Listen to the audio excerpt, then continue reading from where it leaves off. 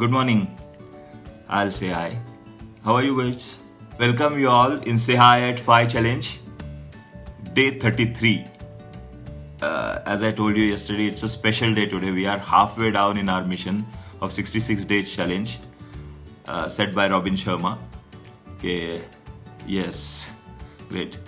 तो ये मिशन था हमारा, ये चैलेंज था कि हम लगातार 66 डेज तक जल्दी उठेंगे 5 बजे सवेरे और फिर ये आदत में बदल जाएगा। जो पहले नहीं था वो अब हो जाएगा। तो इस मिशन के, मैं इसे मिशन कहता हूँ बार बार, क्योंकि चैलेंज होता है तो चैलेंज में एक ईगो की स्मेल आती है कि हाँ मैंने चैलेंज लिया है। मिशन में एक होलिस्टिक अप्रोच आता है। तो इसके लिए ये इस मिशन का जो भी कहे इसे इस मिशन का हाफ टाइम आ गया है, आधे पड़ाव तक हम पहुंच गए हैं, 33rd डे। तो we must congratulate ourselves for this, क्योंकि एक बहुत बड़ी उपलब्धि है अपने आप में कि हम यहाँ तक पहुंचे हैं लगातार 33 डेज जाग कर, लगातार 33 दिन जाग कर। और क्या फाइट करनी पड़ती है, क्या प्रॉब्लम्स आते हैं हमें पता है, क्या चुनौतियाँ आती है और कैसे हम यहाँ तक पहुंचे हैं धीरे धीरे करके, एक एक दिन काटते हुए। और अब ये यहाँ तक कहाँ तक, कहीं तो हम ऐसे पहुंचे मोड पे जहाँ पे हमें इन चीज़ों की आदत हो रही है। सवेरे उठना, फिर एक्सरसाइज करना, फिर मेडिटेशन करना या रीडिंग करना, कुछ नया कुछ सीखना, इन सब की आदत होते जा रही है। और जहाँ आदत होती है, आदत दो तरह से खतरनाक हो सकती है। कि एक आदत है वो अच्छी बात है कि चलो आदत है, अब ये लाइफस्टाइल का हिस्सा है, ऑटोमेटिसिटी आ गई है, मैकेनिकल हो गए हैं हम के बॉडी क्लॉक सेट हो गया है, जाग जाते हैं, एक्सरसाइज करते हैं, नहीं करते हैं, जो भी इसका इस्तेमाल करते हैं वो अलग बात है। लेकिन वो एक मैकेनिक मोड में आ गए हैं, मैकेनिकल मोड में आ गए हैं हम, ऑटो मोड में।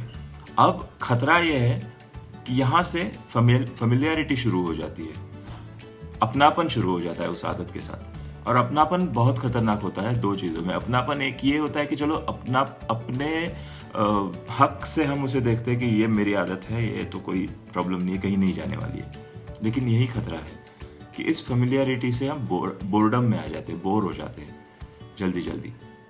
बारिश देखिए ना, अभी हर रोज़ बारिश हो रही है। पहली बारिश जो थी तो तब पकोड़े बने थे, चाय पी गई थी।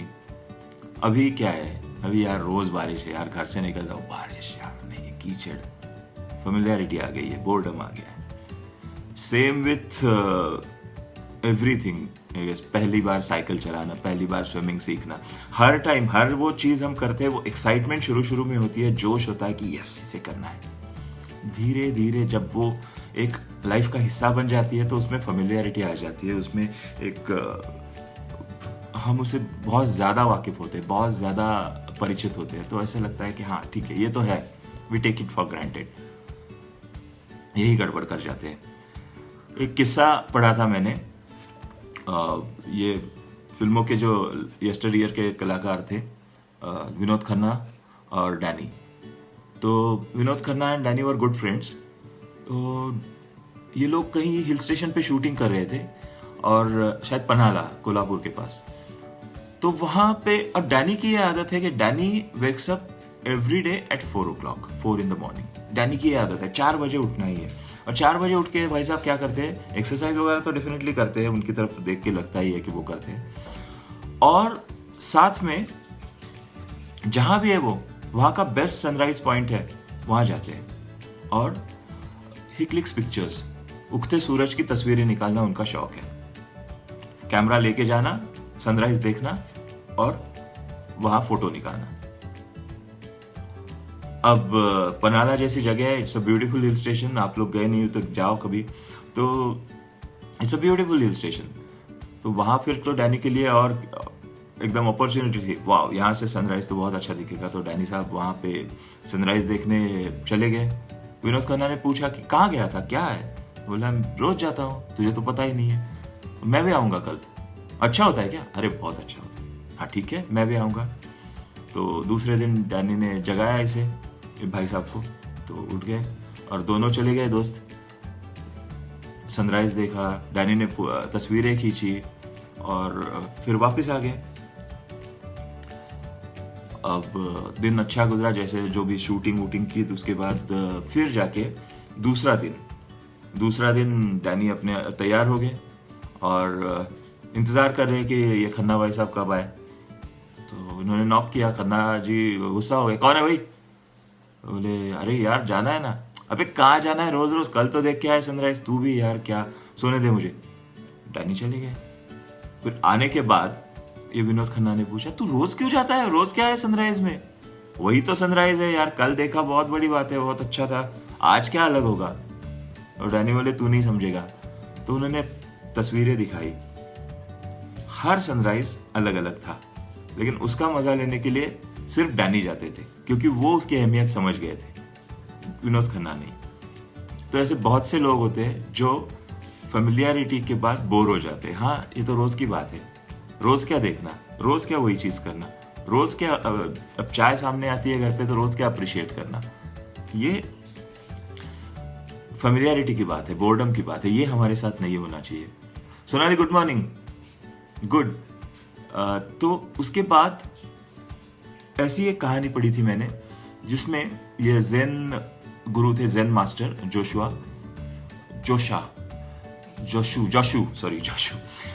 करके है।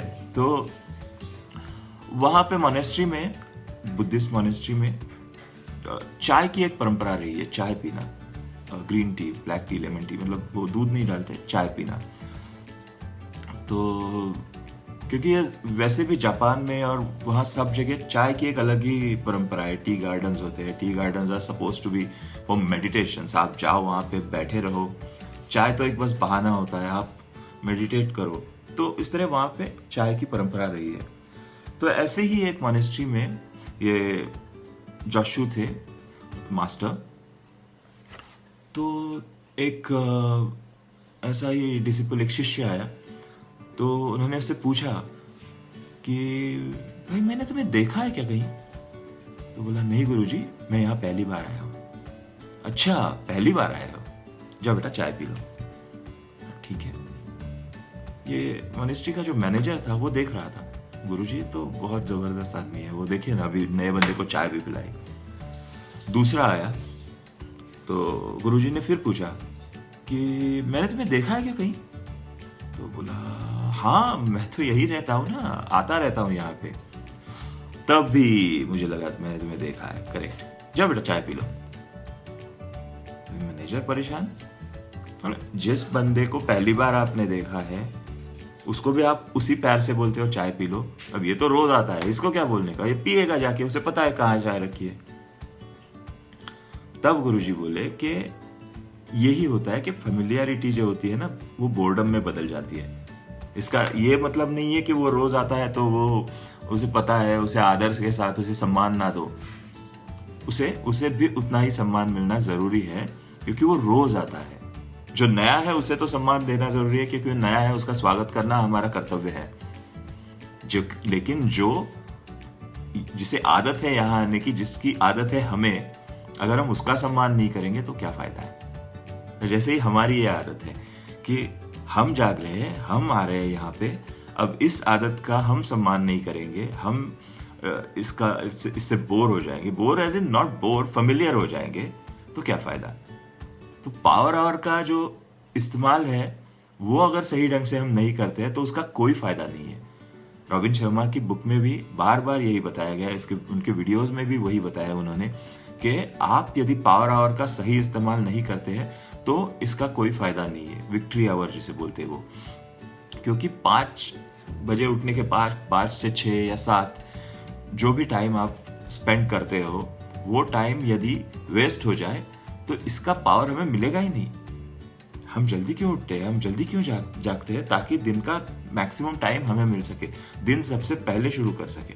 एक्सरसाइज नहीं करेंगे तो क्या फायदा है, कुछ नया नहीं पढ़ेंगे तो क्या फायदा है, मेडिटेशन नहीं करेंगे तो क्या फायदा है, क्योंकि फायदा उसी में है कि यहाँ से कुछ लेना है। फिलोसॉफिकल लेवल पे देखा जाए तो हम बोलते हैं कि कर्म कर, फल की अपेक्षा मत कर, पर कर्म भी ढंग से नहीं करेंगे तो फल तो छोड़ो, वो कर्म भी नहीं रहेगा।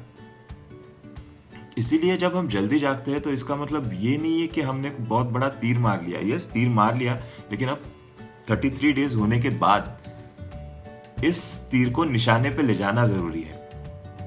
और इसीलिए 33 डेज यानी 50% जहाँ पे हमने अपना काम कर दिया है, अब की मुश्किल घड़ी ये है कि इस आदत को निभाना है। मैं बार बार कहता हूँ निभाना है, और निभाने के लिए इसे अपने जीवन का हिस्सा बनाना होगा। इसका मतलब हम ये अभी ये अचीवमेंट वाली बात रहनी नहीं चाहिए। अभी ये वाली बात आनी चाहिए कि हाँ ये तो हो रहा है रोज से। जैसे पराग सर है कि 33 साल, हम तो 33 दिन पे है, पराग सर 33 साल से है, साल से यही कर रहे हैं। तो उन्हें नहीं लगता है कि वो कोई तीर मारे, उनके जीवन का हिस्सा है। मैं 5 बजे उठता हूँ, उसमें क्या है, मेरा लाइफस्टाइल ही मैं 5 बजे शुरू करता हूँ, लाइफ में दिन 5 बजे शुरू करता हूँ। तो 5 बजे दिन शुरू करना ये अब जीवन का हिस्सा है। अब इसमें कोई अचीवमेंट वाली बात है नहीं, होनी नहीं चाहिए। और ये जिस दिन हम समझ जाएंगे उस दिन हम और ज्यादा अच्छे से इस समय का इस्तेमाल कर पाएंगे। और फिर हम भी सनराइज की फोटो निकाल सकते हैं हर रोज। और आपने देखा होगा, महसूस किया होगा कि हर दिन स्काई नया दिखता है। हर दिन मतलब कभी काले बादल है, कभी नहीं है, कभी पूरा सफेद दिखता है, कभी एकदम ऑरेंज दिखता है, गुलाबी दिखता है, कभी एकदम ब्लू दिखता है। हर दिन स्काई नया होता है, हर दिन सूरज नई तरह से निकलता है, नई दिशा से निकलता है। मैं यहाँ पे मेरे घर पे महसूस करता हूँ कि जैसे उत्तरायण दक्षिणायन होता है ना हमारा, तो उत्तरायण दक्षिणायन के हिसाब से सूरज उगने की जो दिशा है, जो पोजीशन है, वो भी धीरे धीरे धीरे धीरे बदलती जाती है। और ये बहुत खूबसूरत होता है महसूस करना। आप ये भी एक मिशन ले सकते हो कि उगते सूरज की एक ही एंगल से एक ही तरह से फोटो निकालना रोज।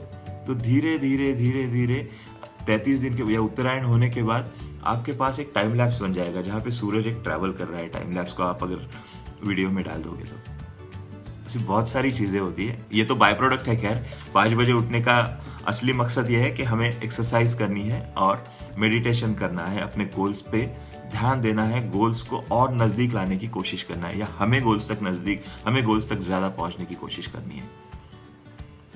तो बस इस फेमिलियरिटी की, बोर्डम की खतरे से बचते हैं और इस आदत को निभाते रहते हैं। 50वां दिन 50% हमने कंप्लीट किया है ये मिशन। इसे और 50% जाना है। बहुत फासला है। पहला वाला मुश्किल जरूर था, आगे वाला भी आसान नहीं है। तो आई एम श्योर हम सब वही करेंगे, अच्छे से हासिल करेंगे। और that's about it for today. Have a great day, have a fruitful day. और 33 दिनों तक करना है ये याद, 33 साल तक करना है ये याद रखते हैं, राइट?